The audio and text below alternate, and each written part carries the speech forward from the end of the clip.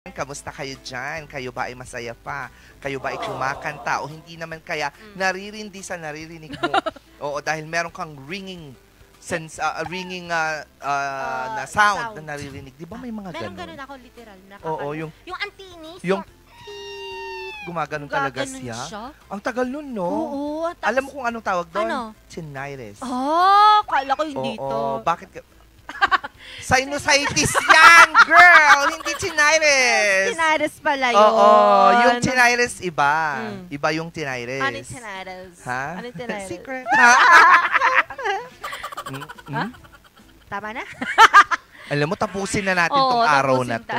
Ang ganda ng pasok ng Setyembre ko eh. Oo. Tapos biglang sabi ni Sir Leo Estuesta, ang tinnitus daw tinapay na may arthritis. Sabi niya, ay, iba talaga kapag may mga gout. Mga ganyan-ganyan yung mga just. Anyway, mga ka-MB, tinnitus ngayon. Pero bakit nga ba nangyayari ang tinnitus? Let's learn from Cara Wonder.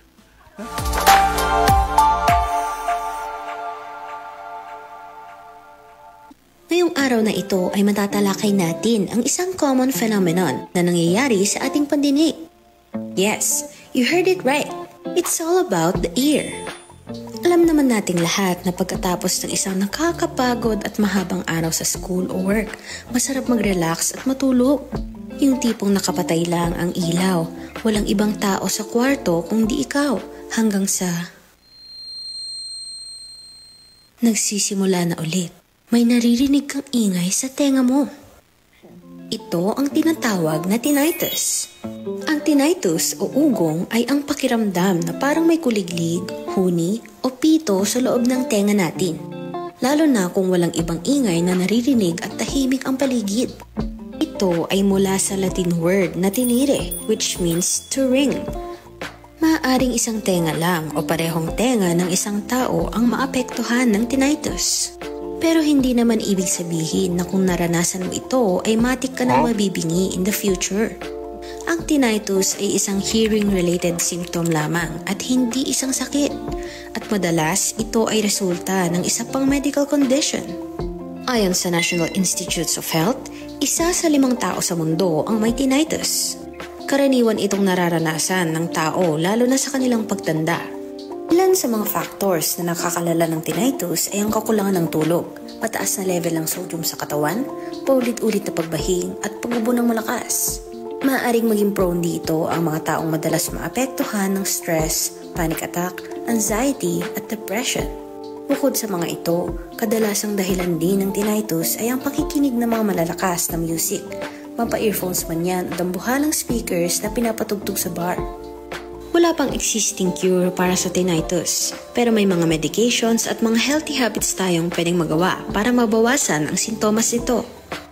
Number 1. Keep the ears clean. Ugaliin nating linisan ang ating tenga para hindi maipon ang earwax at humina ang ating pandinig. Number 2. Avoid loud music or places. Hindi man natin ito malulunasan, maaari pa rin tayong umiwas sa pakikinig ng malakas na music para hindi ito lumala. Number 3. Listen to white noise. Nakakatulong ito para magkaroon ng background noise at ma-distract ang tenga natin sa tinnitus. Number 4. Consult a professional. Huwag kang mag-alinlangan na ipacheck ito para malaman ang pinakasanhi ng tinnitus mo. Another lesson learned, mga ka-MB. Kaya huwag kakalimutan, alagaan din natin ang ating mga tenga. Good ears, good hearing. Oo. Pero yun pala yun, no? To ring. Oo. Kaya pag naririnig ko din talaga yun, naririndi talaga ako. Kasi to ring, naririndi ako.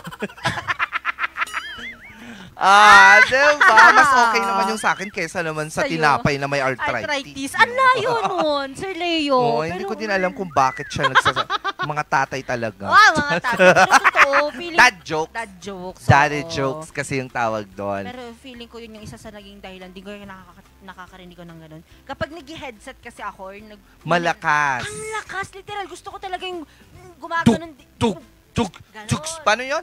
Tugs. Galing. Oo. Alata. Kaya ako nga ayoko na rin sa mga loud places eh. Oo, tapos marami akong earphones na nabili.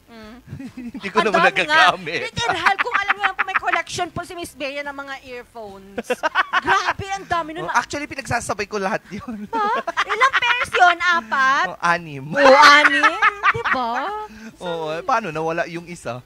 Nalakaw. Nalakaw. Kaya hindi ko na talaga siya magamit. Pero Gusto ko he's pa man din cute. yun. Pero, oo, pag nag-headset po tayo, nag-earphones, siguraduhin na mababa lang yung volume. Oo, totoo. Oo. Nasa Pero gitna. kapag nasanay ka naman talaga sa malalakas, you're gonna look for it eh. Oo. I don't know.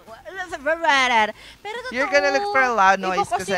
Iba kasi you know. talaga pag malakas yung pinapakinggan mo, feeling mo Oo. napapasabay ka, tapos minsan nasasagasaan ka. Hindi.